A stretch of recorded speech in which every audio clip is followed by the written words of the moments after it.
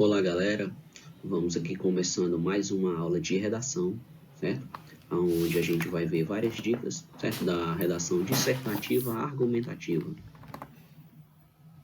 Então, é a nossa redação na prática, onde eu dou dicas que vocês, né, podem usar de fato na sua redação, que vão ajudar bastante.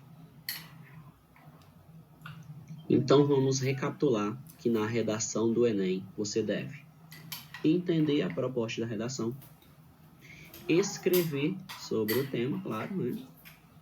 Utilizar a ortografia correta, a norma padrão, a norma culta da língua portuguesa. Você deve demonstrar conteúdo, você deve demonstrar um bom repertório sociolinguístico, você deve demonstrar conhecimento de várias áreas, né, do conhecimento. Você deve apresentar uma proposta de intervenção, certo? Que no caso seria uma solução efetiva de combate para a problemática que foi apresentada, para aí sim você tentar, certo? Atingir a marca aí dos 1000 pontos, né? Que é a nota máxima que o Enem pode estabelecer para um aluno. Então, a redação ela apresenta textos motivadores, certo? Nunca a redação vai vir ali só o tema limpo e seco para você. Sempre vai vir ali textos motivadores, com infográficos, com dados estatísticos, uma música, uma poesia, uma notícia. Sempre vai ter informações para você poder ficar ali também, né, por dentro, né, da temática, tá bom? Só que você não pode copiar esses trechos na sua redação.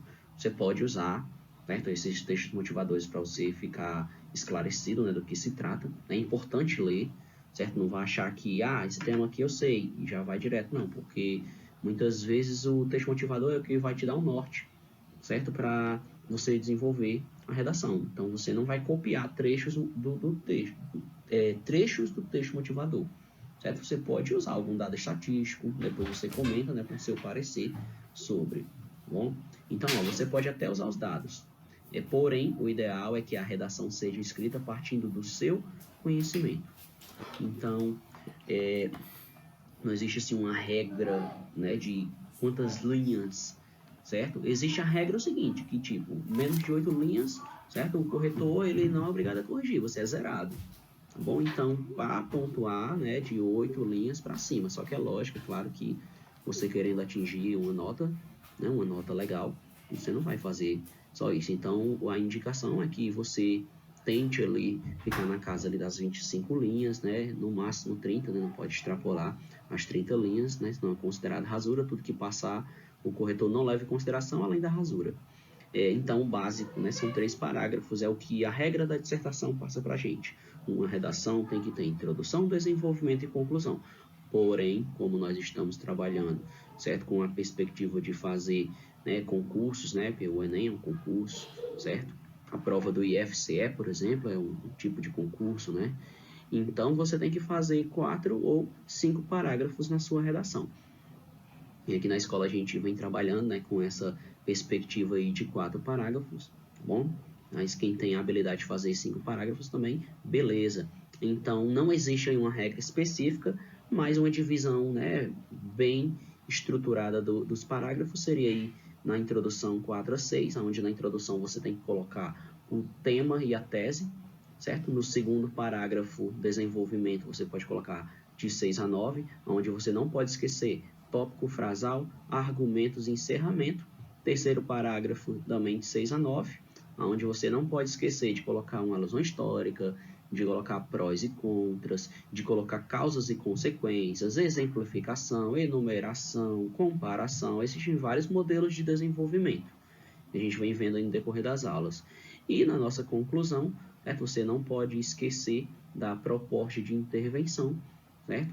É importante, né, citar pelo menos 2 propostas, né, 2 situações que poderiam ser feitas, né, propostas essas, situações cabíveis, né, que seriam possíveis de serem executadas, né, pelo governo, pela população, né, porque às vezes a população também faz parte da solução de um determinado problema.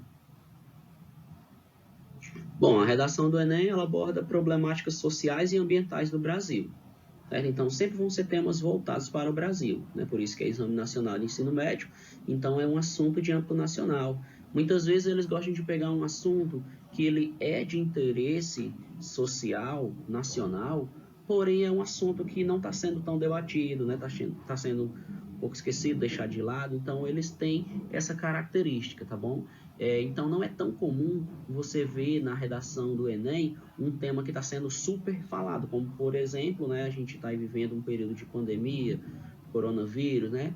Então seria uma surpresa se eles colocassem esse tema. E, não significa dizer que não possa acontecer, tá bom? Mas a gente não espera que isso ocorra. Então nós temos aqui os temas dos últimos anos. 2014 foi publicidade infantil em questão no Brasil. Nós temos 2015 com a persistência da violência contra a mulher na sociedade brasileira. Nós temos 2016, caminhos para combater a intolerância religiosa no Brasil. 2017, desafios para a formação educacional de surdos no Brasil. 2018, manipulação de comportamento dos usuários pelo controle de dados na internet. Nós temos em 2019 a democratização do acesso ao cinema no Brasil. Aqui são possíveis temas, certo? Para o ano de 2020. Bom, esse tema de número 1, dentre esses, é o tema que eu acho assim um tema bem possível de cair.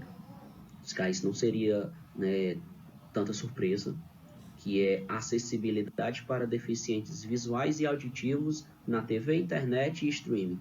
Por conta de que hoje, né, a gente vive aí um período em que as pessoas estão, né, muito em casa, certo? Estão assistindo lives, certo? Estão assistindo bastante filmes, séries, Netflix, TV, vários streams, né, Amazon, estão consumindo mais arte, estão consumindo mais música, né? Estão consumindo a cultura de um modo geral, certo? Pelo fato, né, de ter mais tempo em casa, certo? Então essa é uma barreira a ser ainda ultrapassada, vencida.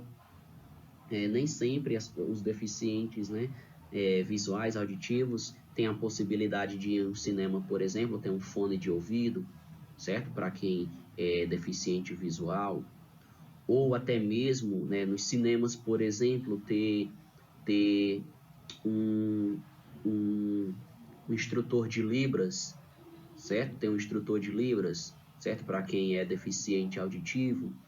Então, são situações que ainda, né, o Brasil ainda enfrenta, né, esses problemas, assim como outros países também.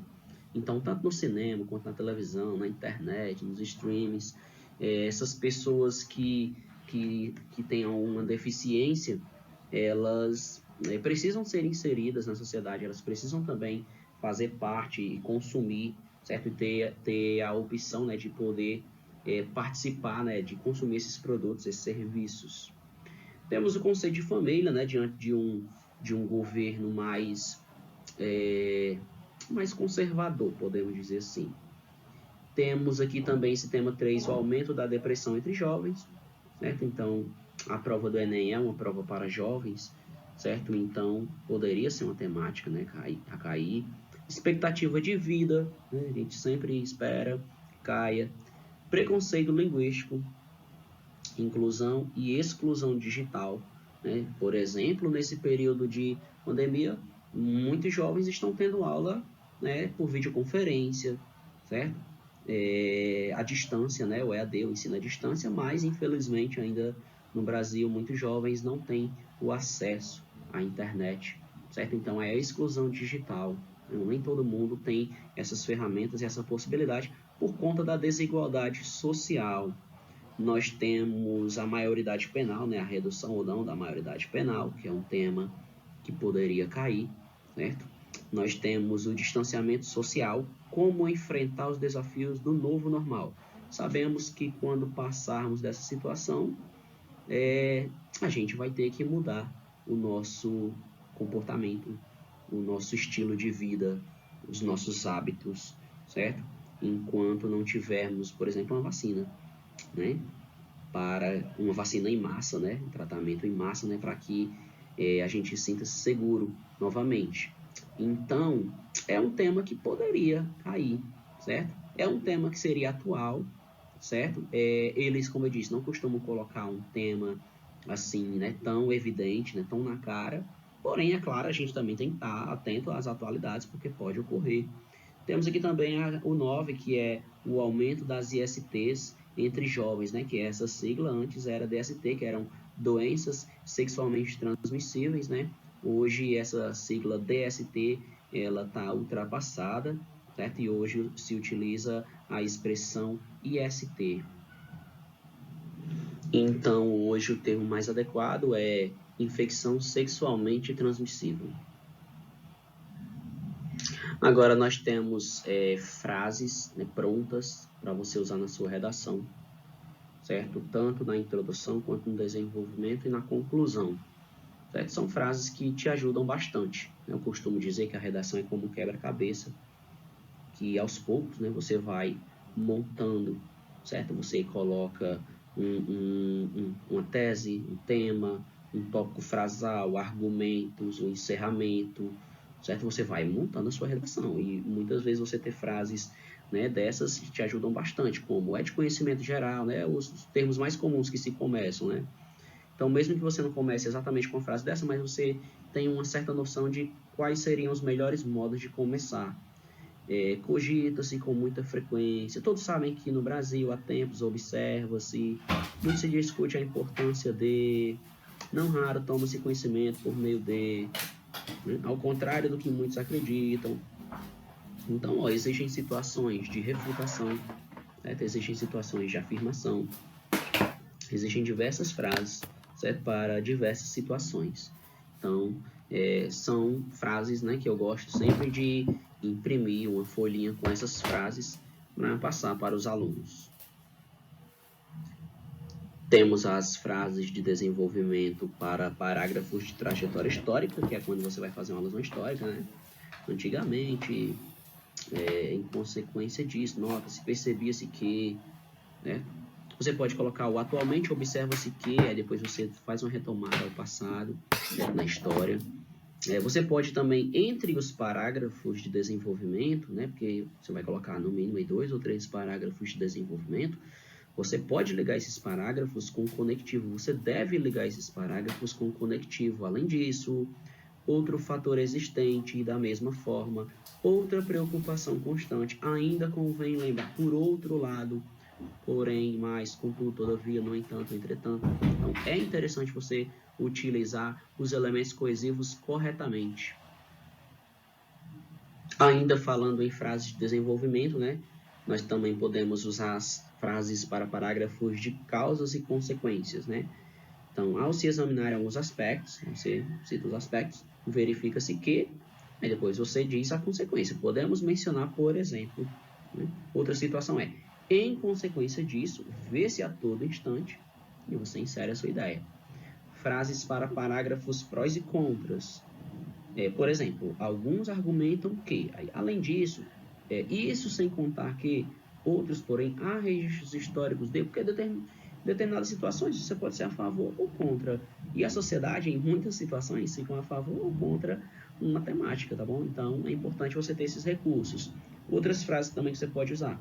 Dentre os inúmeros motivos que levaram o Brasil é incontestável que a observação crítica de fatos históricos revela o porquê, né, o motivo, né, o porquê de. Fazendo um estudo, né, detalhado sobre tal coisa, percebe-se que. E as frases de conclusão, em virtude dos fatos mencionados, ó, você pode trocar esse mencionados por supracitado, que é algo que foi citado anteriormente, então ficaria em virtude dos fatos supracitados, em virtude dos argumentos supracitados, né, ficaria legal. Levando-se em consideração esses aspectos, né, dessa forma, em vista dos argumentos apresentados, dado o exposto, né, que foi o que você expôs na argumentação, né, no desenvolvimento, tendo em vista os aspectos observados, levando em conta o que foi observado, em virtude do que foi mencionado, percebam que todas essas frases de conclusão estão fazendo referência a algo que já foi dito anteriormente. Por quê? Porque a minha conclusão ela deve estar conectada com o meu tópico frasal e com a minha tese lá no início da minha redação. Então, antes de fazer a conclusão, voltar lá no primeiro parágrafo, voltar no desenvolvimento, dá uma olhadinha qual foi o tópico frasal que você usou, dá uma olhadinha qual foi a tese que você está levantando aí na sua introdução, para você, enfim, poder, né, fechar aí o cadeado, né, fechar aí a sua conclusão, né, pela observação dos fatos, dos aspectos analisados, né, portanto, logo então, e assim que você colocar, né, a frase inicial, você pode continuar com as seguintes frases. É-se levado a acreditar que, entende-se que, conclui-se que, percebe-se que, porque agora é o momento de esclarecer, né, de chegar a uma conclusão final, né, de dar uma solução. Resta aos homens, é imprescindível que todos se conscientizem de que, é preciso que, é necessário que, faz-se necessário que, em relação a como iniciar o texto. Então, existem várias formas de iniciar o seu texto. Então, cabe a você, portanto, escolher a mais adequada ao seu estilo de escrita e argumentação. Então, observe a seguir alguns tipos de introdução e suas especificidades, porque você tem que ter o teu perfil de redação, você tem que criar o teu perfil. Aquelas expressões que você sempre usa, certo? Aquele modelo que você criou, certo? Que está dando certo, então você tem que criar o seu perfil. Então, você pode começar com a citação, com a definição, com a exemplificação, alusão histórica, afirmação, comparação. Vamos ver aqui na prática, né, todas essas situações, os exemplos. Citação. Você pode iniciar o texto com uma citação relevante relacionada ao tema. Exemplo. O educador e filósofo brasileiro Paulo Freire afirmava que, se a educação sozinha não transforma a sociedade, sem ela tampouco a sociedade muda. Analisando o pensamento e relacionando-o à realidade da educação no Brasil, percebe-se a necessidade de um olhar mais atento para o aprimoramento do sistema de ensino, considerando sua importância para a promoção de uma sociedade mais crítica e reflexiva, que, por consequência, tende a ser mais justa, igualitária e humanizada. Isso, pessoal, se o tema fosse desafios da educação no Brasil no século XXI. Então, você pode começar assim com a citação. Professor, mas citação não é só no desenvolvimento? Não. Você pode colocar até 2 citações na sua redação. Uma logo no início e uma no desenvolvimento. Não tem problema algum. Definição. Esta é uma forma simples e interessante de iniciar o texto, definindo, ou seja, explicando o assunto. Exemplo. Define-se como sedentário o indivíduo que não pratica atividades físicas no seu cotidiano. Doenças como obesidade, diabetes, aumento do colesterol e problemas cardíacos são algumas das que podem aparecer como consequência deste mau hábito. Isso, pessoal, se o tema fosse sedentarismo, o grande mal do século. Aqui é um jeito mais clichê de você começar a redação, certo? Porque muita gente começa a redação definindo, porém o problema é que nem sempre você consegue definir algo, tá bom? Nem sempre você consegue definir um tema. Então é uma estratégia que nem sempre ela vai servir, certo? Porém, né, dependendo de qual é o tema da redação, você pode fazer, bom, que você consegue fazer uma boa introdução. Fica legal também.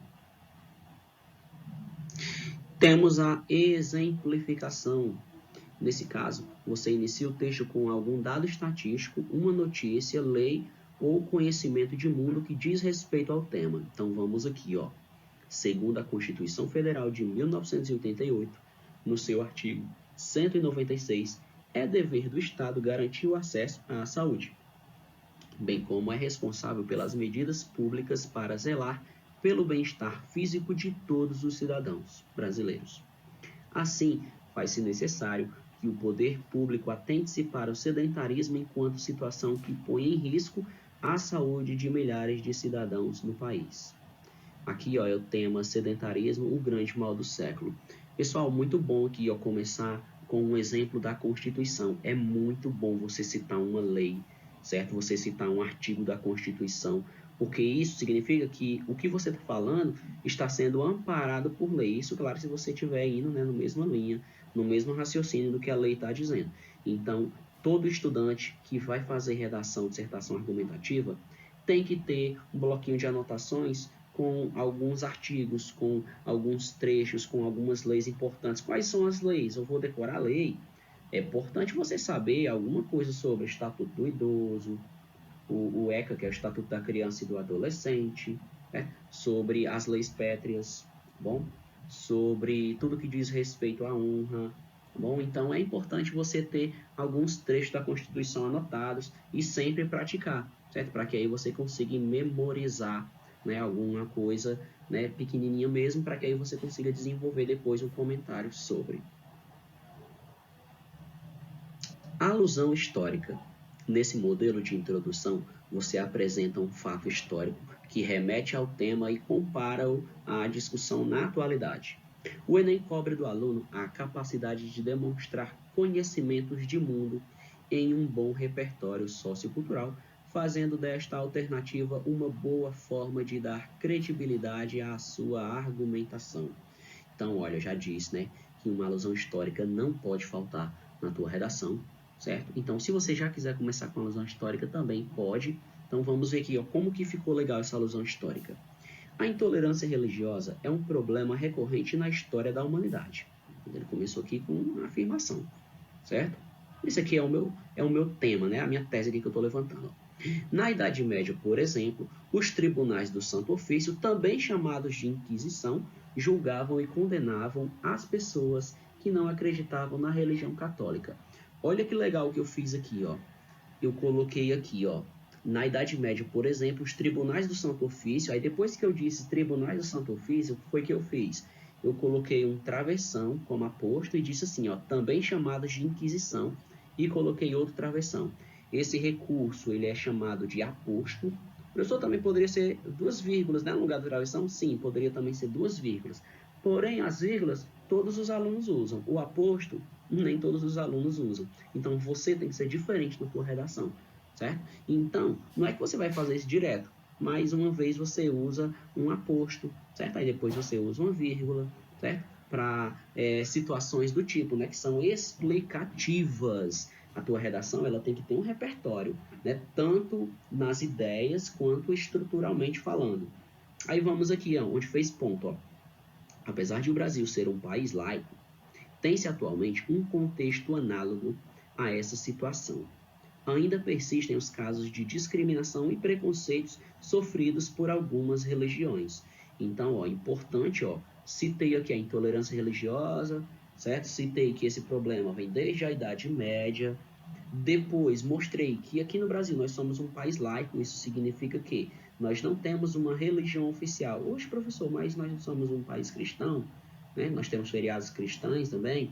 Sim, nós somos uma população que eu diria que lá, 97%, eu não tenho aqui um dado aqui hora na minha mão, mas no mínimo 95, 96% da população brasileira é cristã, ou é evangélica ou é católica, certo? Claro que existem as outras religiões, né? O candomblé, a umbanda, tem outras religiões, mas, né, nós somos um país onde a maioria da população é cristã. Porém, perante a lei, certo? Perante a lei, nós somos um país laico, certo, pessoal? Sendo assim, o país laico é que não tem ali uma religião oficial e que todas as religiões devem ser respeitadas igualmente, tá bom? É isso que significa. Então, sendo assim, encontrar caminhos para combater a intolerância religiosa no Brasil é um desafio que precisa ser enfrentado pela sociedade civil e pelo Estado. Aqui, ó, se o tema fosse caminhos para combater a intolerância religiosa no Brasil. Ficou muito bom esse parágrafo. Afirmativa. Nesse caso, você faz uma espécie de declaração sobre o assunto logo no início, já com uma frase de impacto, mas que não seja exagerada. O objetivo é chamar a atenção do leitor, por exemplo, com uma afirmação crítica. Aí nós temos aqui, ó, o Brasil é uma nação historicamente machista e violenta. Eu estou afirmando, né? O que é perceptível ao analisarmos a persistência das agressões contra as mulheres, mesmo depois das recentes medidas legais. Certo? Aí, no caso aqui, ele não citou, né, quais são as medidas legais, porque ele vai falar no decorrer da redação sobre a lei Maria da Penha, sobre a lei do feminicídio. Bom, então, nesse caso aqui, o tema é a persistência da violência contra a mulher, que foi tema da redação, se eu não me engano, do ano de 2016, ou foi do ano de 2015, certo? Então, ó, começar fazendo uma afirmação. Também é um pouco clichê. Muitos alunos começam fazendo uma afirmação. Mas se você ali tiver sem ideia, bom, ela pode servir também. Não significa que a sua introdução vai ficar ruim por conta disso. O que importa é como que você vai organizar suas ideias. comparativa, uma introdução comparativa. Então, nesse modelo de introdução, você pode comparar o tema com algo semelhante ou oposto ao que se discute.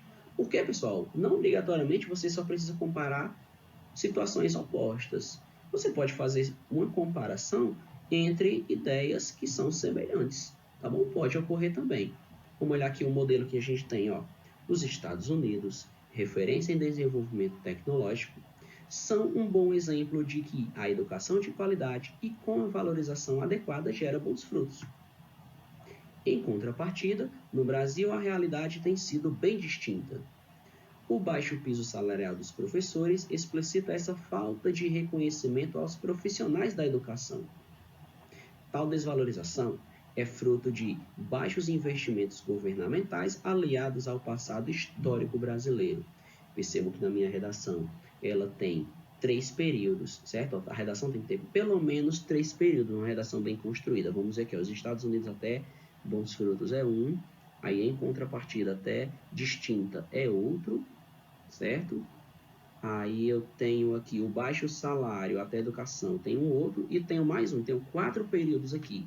Um período bem feito, ele tem que ter pelo menos 3, certo? 4 períodos. Uma introdução, um parágrafo bem feito tem que ter pelo menos 3 ou 4 períodos, tá bom? Porque não existe assim, uma regra de quantos períodos devem ter, certo? Mas você não vai fazer um parágrafo gigantesco com um período só, tá bom? Então aqui em relação à comparação, ele comparou, certo? Um país que é um bom exemplo na educação, né? Que tem bons índices, que no caso é os Estados Unidos, né? Que tem melhores investimentos, né, do que o Brasil, aí comparou com a realidade do Brasil. Porque, pessoal, você sempre tem que voltar para o Brasil.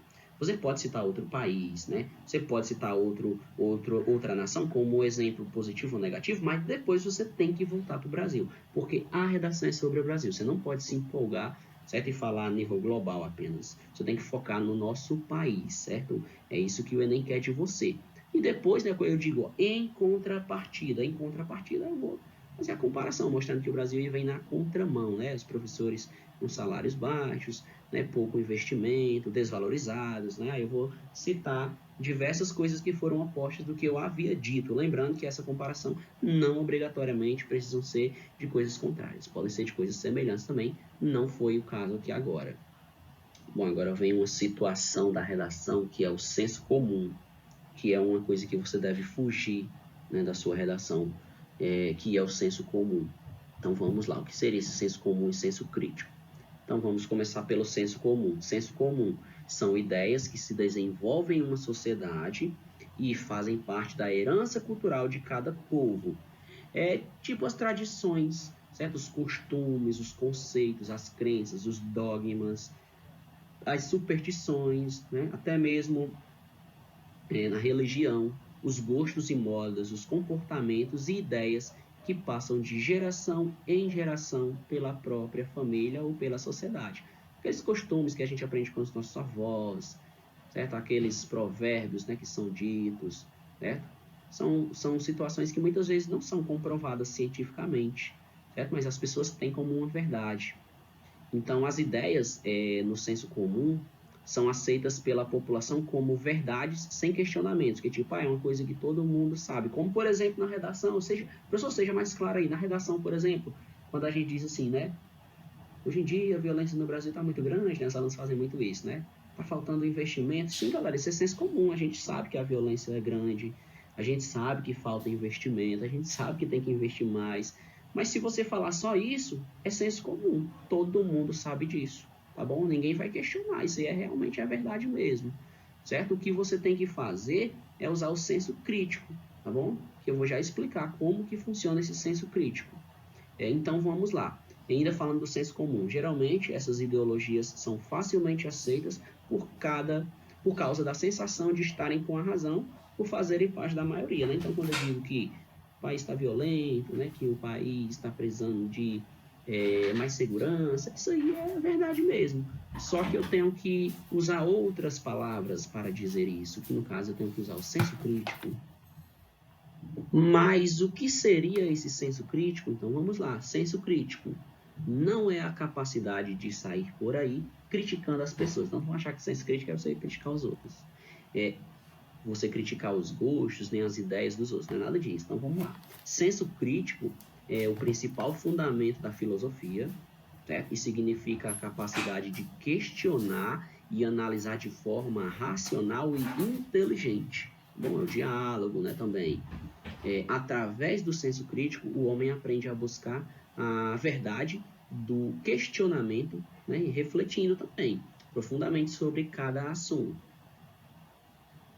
Sim, professor, mas eu ainda não entendi o que é senso crítico. O senso crítico, pessoal, simplesmente em vez de você dizer que a violência está alta, você cita números, dados, você coloca lá uma citação, certo, da fala de um secretário de segurança pública, por exemplo, certo? Você pega uma estatística que comprova que a violência está alta, você diz como que poderia ser esse investimento, certo? O aperfeiçoamento da inteligência, o investimento na polícia civil, capacitação para os profissionais, compra de aparatos tecnológicos, certo? Formações, não, já disse. Então, isso é senso crítico, tá bom? Não simplesmente eu dizer que a violência está alta, mas também eu comprovar, certo? E eu faço isso como?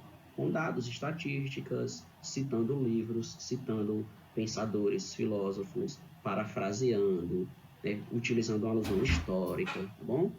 Agora, outra coisa importante também em relação ao seu vocabulário, né? Enriquecer o seu vocabulário. Então, ó, por exemplo, tem expressões que são fáceis de você assimilar, que você poderia usar na tua redação. Ó, a priori, por exemplo. A priori é uma expressão usada para fazer referência a um princípio anterior à experiência. A priori é uma locução adverbial. O uso correto é separado, viu? É a priori. Então, vamos escrever juntos. Vai significar aí, os sinônimos dela. Pela causa, pela existência, ou natureza da causa, né?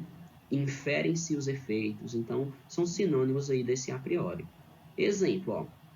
A priori, todos nós somos iguais perante a lei.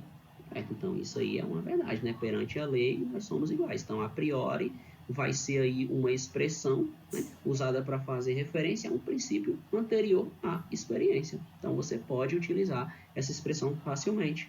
Outra que nós temos aqui, ó, odiernamente, né, que é um advérbio que remete ao hoje. Odiernamente é sinônimo de atualmente, né? Atualidade, né? De modo odierno, de modo atual. Tá bom? Contemporâneo, até mesmo pós-moderno, né? Que é a era, né, que é classificada como a gente vive hoje, né? Um pós-modernismo aí, né? Então, ó, odiernamente a violência parece infindável. Então, atualmente a violência parece não ter fim. Bom, então são situações fáceis de vocês começarem a usar, né, nas redações de vocês. E aqui nós temos, né, outras palavras, né, para ajudar vocês aí. Outro sim, além disso, né, igualmente também. Ardiloso, manhoso, esperto, belicoso, que incita à guerra, né?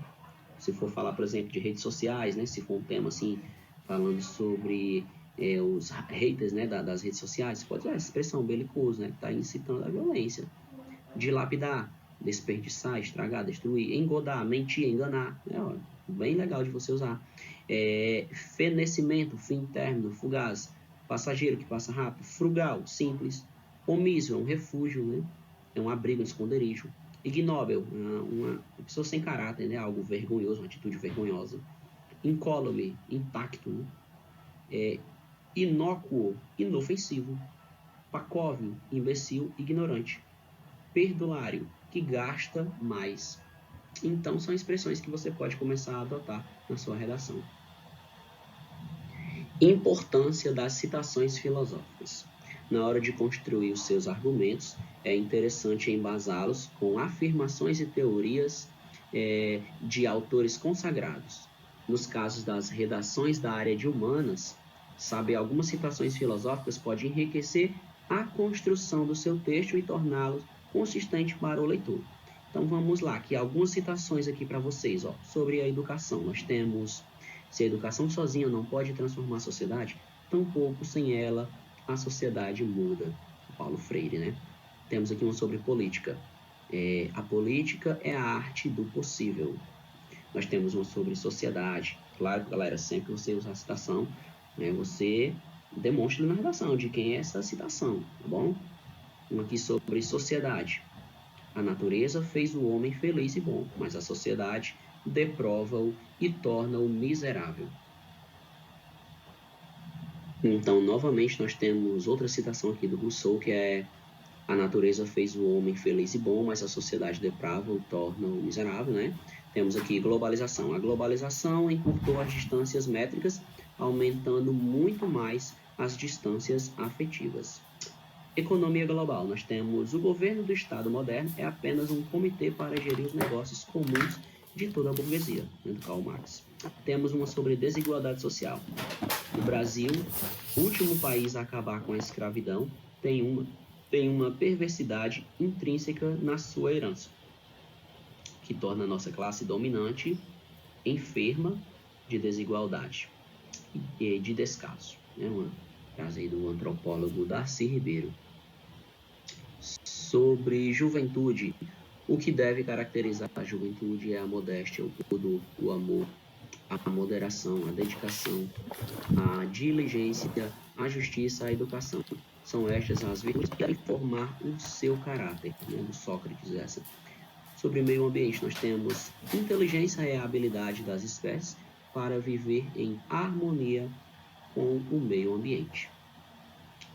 Nós temos aqui uma sobre preconceito, que é: todo preconceito é fruto da burrice, da ignorância, e qualquer atividade cultural contra preconceitos é válida. Temos aqui sobre relações humanas, que é: de tudo que existe, nada é tão estranho como as relações humanas, com suas mudanças, sua extraordinária irracionalidade. E temos aqui também uma sobre tecnologia, que é: tornou-se aterradoramente claro que a nossa tecnologia ultrapassou a nossa humanidade. Frase do físico Albert Einstein.